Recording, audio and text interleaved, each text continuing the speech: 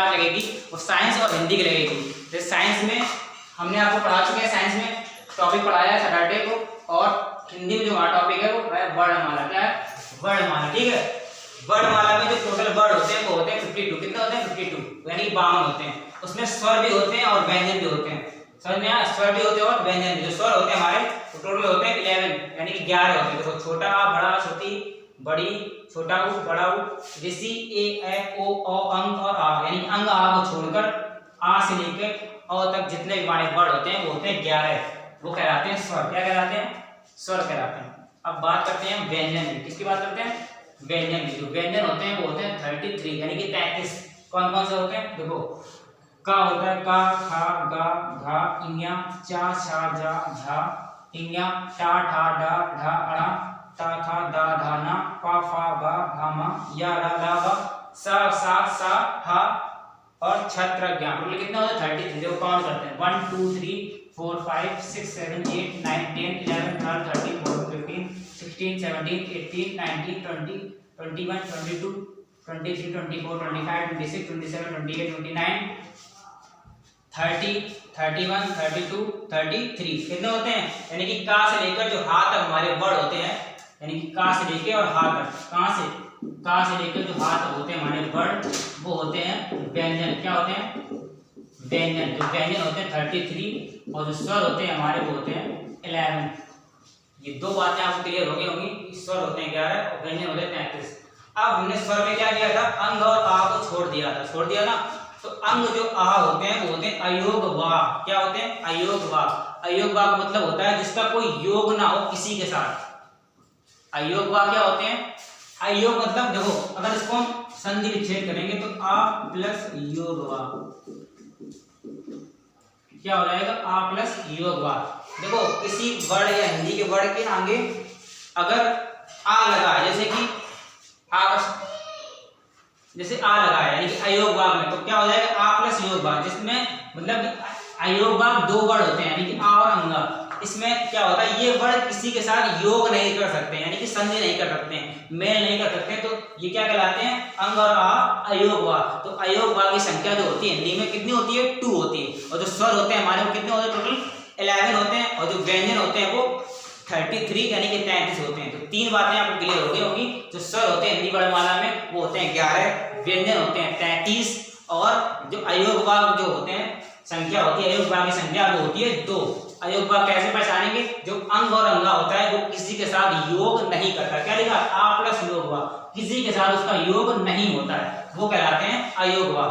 तो 33 होते हैं व्यंजन, स्वर होते हैं 11 और अयोग भाग होते हैं 2। अब इसके आगे देखते हैं क्या क्या लिखा है? द्विगुण व्यंजन। क्या होते हैं? द्विगुण व्यंजन। एक हिंदी वर्णमाला में व्यंजन और एक प्रकार का होता है, वो होता है द्विगुण व्यंजन। क्या होता है?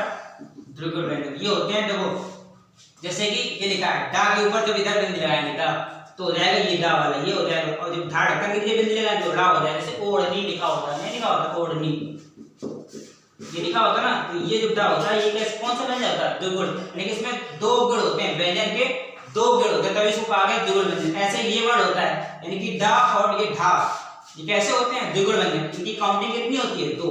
कितनी होती है? 2।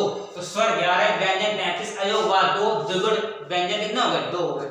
तो 1 2 3 4 ये चार आपको जो शर्तें हैं ये मालूम हो गई कि स्वर कितने होते हैं, व्यंजन कितने होते हैं, ये कितने होते हैं। समझना?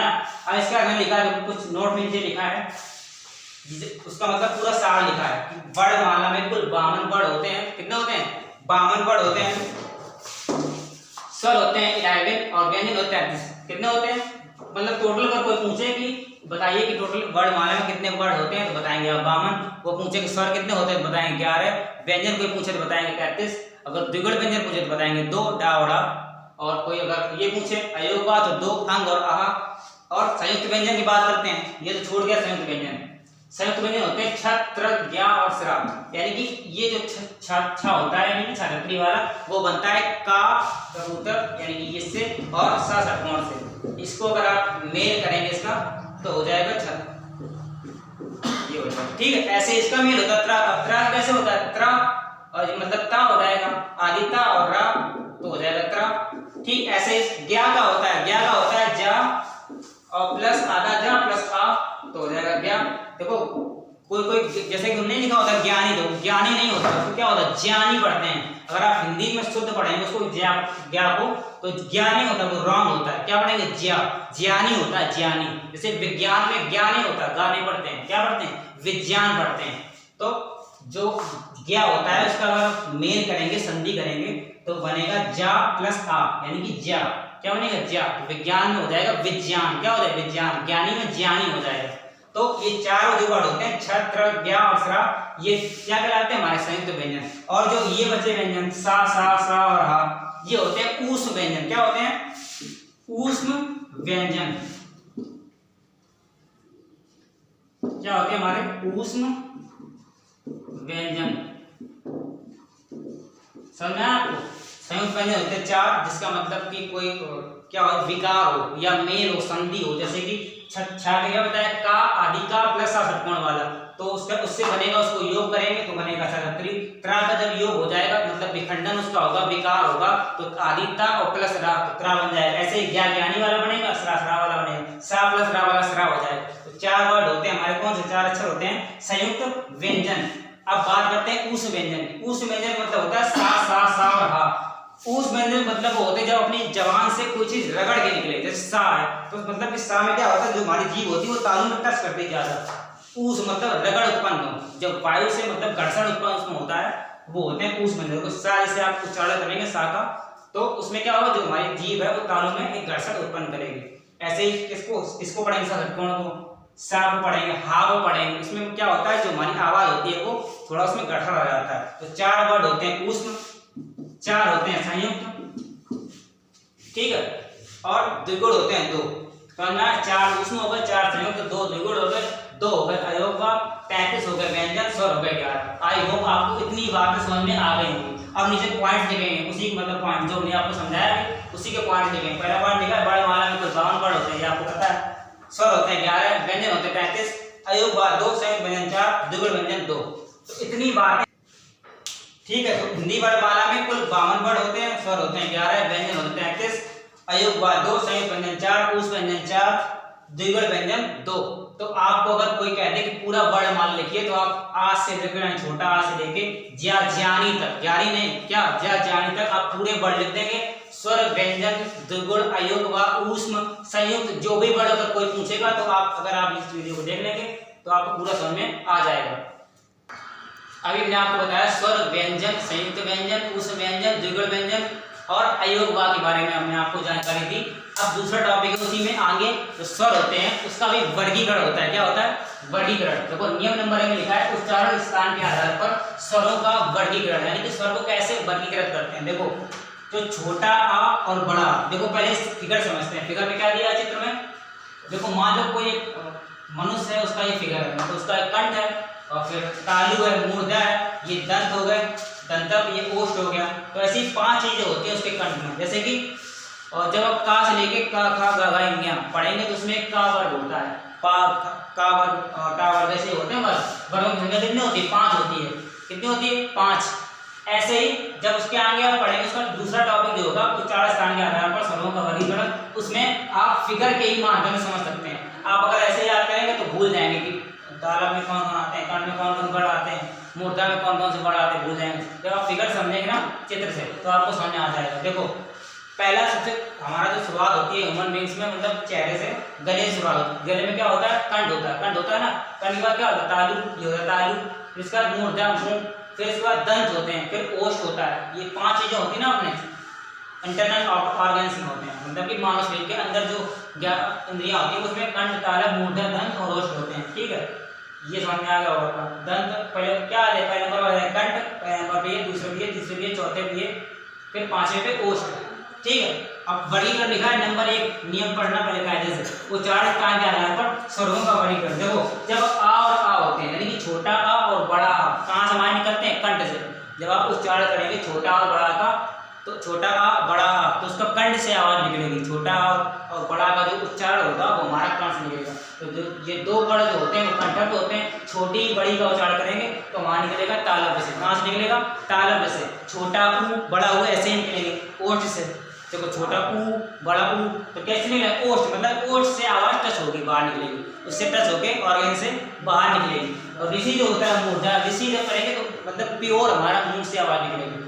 समझ में आएगा होगा, छोटा बड़ा कंठ से होता है, छोटी बड़ी तालव्य से, छोटा वो बड़ा ओष्ठ से होता है, ऋषि से मूर्धा होता है। ये आपको 8th 9th 10th 11th 12th में यही आपको मिलेगा, कंठ तालु मूर्धा दंत ओष्ठ। अगर आप कंडीशन को उससे आगे पढ़ेंगे तब भी यही आपको पढ़ना पड़ेगा, मतलब बेसिक यही होता है। वर्णमाला होती है और उसका वर्गीकरण होता है स्वर व्यंजन, जो भी हमको बताया, तो आपको समझ आ गया कंठ तालव्य ओष्ठ मूर्धा में कौन कौन से वर्ण आते हैं। समझ में आया। अब हमने बात की, देखो छोटा बड़ा छोटी बड़ी छोटा बड़ा ऋषि तो हो गए। अब कितने बचे हमारे 1 2 3 4 5 6 7 दो कितने 4 बचे ना, तो ए आई ओ हो गया, यानी 8वां 9वां 10वां 11 तो होते स्वर, तो ये तो हो गए, मतलब इनका तो स्थान हो गया क्लियर कि इस स्थान से ये निकलते हैं, उच्चारित होते हैं। अब देखो छोटा आ प्लस बड़ी को जब हम मेल करेंगे या विकार उसमें उत्पन्न करेंगे, संधि करेंगे, तो ए बनेगा। क्या बनेगा? ए। छोटा और छोटी को जब ऐड करेंगे या इसकी संधि करेंगे तो ए बनेगा, उसको बोलेंगे कंठालव। अब सोचेंगे कंठालव क्यों बोलेंगे, हमने इतना तो रट लिया, अब ये क्यों रटे हैं, तो कैसा करेंगे, छोटा बड़ा मत, केवल आपको इतना रखना है कि छोटा बड़ा जो होते हैं वो कंठक होते हैं, छोटी बड़ी होते हैं वो तालव्य होते हैं, छोटा वो बड़ा जो होते हैं ओष्ठ होते हैं, और ऋषि जो होता है मूर्धा होता है। अगर आपने इतना याद कर लिया, अपने माइंड में इतना मेकअप कर लिया, तो आपको ये जो वर्ड लिखे हैं 4 स्वर लिखे हैं, ये आपको लर्न करने में या समझने में कोई प्रॉब्लम नहीं होगी। देखो छोटा जो हमारा होता है वो होता है कंठ। क्या होता है? कंठ, यानी कंठव्य। छोटा हमारा क्या हो गया? कंठ। लिख लो साइड में कंठ हो गया, प्लस अब जो ई जो होता है वो हमने बताया आपको, जो तालव्य होता है, तालु से निकलता है, ये हो जाए तालव्य। जब आप कंठ और तालव्य को ऐड करेंगे तो ई बनेगा। क्या बनेगा? ए। और इसका जो ऐड होगा वो कंठ तालव्य। अगर आप कोई पूछे कि कंठ तालव्य में कितने वर्ड होते हैं, तो आप कितने बताएंगे? 2 वर्ड होते हैं। कौन कौन से होते हैं? ए और ए। ए और ए कितने वर्ड होते हैं? 2। कंठ तालव्य में 2 वर्ड हो गए। ऐसे ही छोटा जब बड़ी को ऐड करेंगे तो ए बनेगा, ऐसे ही छोटा प्लस छोटा ऊ को ऐड करेंगे तो ओ बनेगा, कंठोष। तो कैसे बनेगा? जो कंठ और जो छोटा ऊ होता है, हमने आपको बताया, अभी डिफाइन किया, ओष्ठ होता है। क्या होता है? छोटा ऊ बड़ा ऊ ये ओष्ठ होते हैं। समझ में आया? तो कंठ प्लस ओष्ठ, जब आप कंठ ओष्ठ को ऐड करेंगे, संधि करेंगे, तो कंठ ओष्ठ बनेगा ऑटोमेटिक। ऐसे ही छोटा प्लस बड़ू को ऐड करेंगे तो बड़ा औ बनेगा, औ, वो भी कंठोष्ठ होगा। ये भी कंठ किससे होता है? ये कंठ से होता है, ये ओष्ठ से कंठोष्ठ हो गया। तो 2 वर्ण जो हमारे होते हैं वो तालव्य के होते हैं, और 2 वर्ण जो स्वर होते हैं वो हमारे किसके होते हैं? कंठोष्ठ के होते हैं। समझ में आया? तो ए हो गए कंठ तालव्य, ओ हो गए कंठोष्ठ, और ये हमारे जो छोटा बड़ा कंठक, बड़ी छोटी और तालव्य, छोटा और बड़ा ओष्ठ, और ऋषि मूर्धा। आई होप आपको इस फिगर के माध्यम से उच्चारण स्थान का जो वर्गीकरण है ये आपको समझ में आ गया होगा।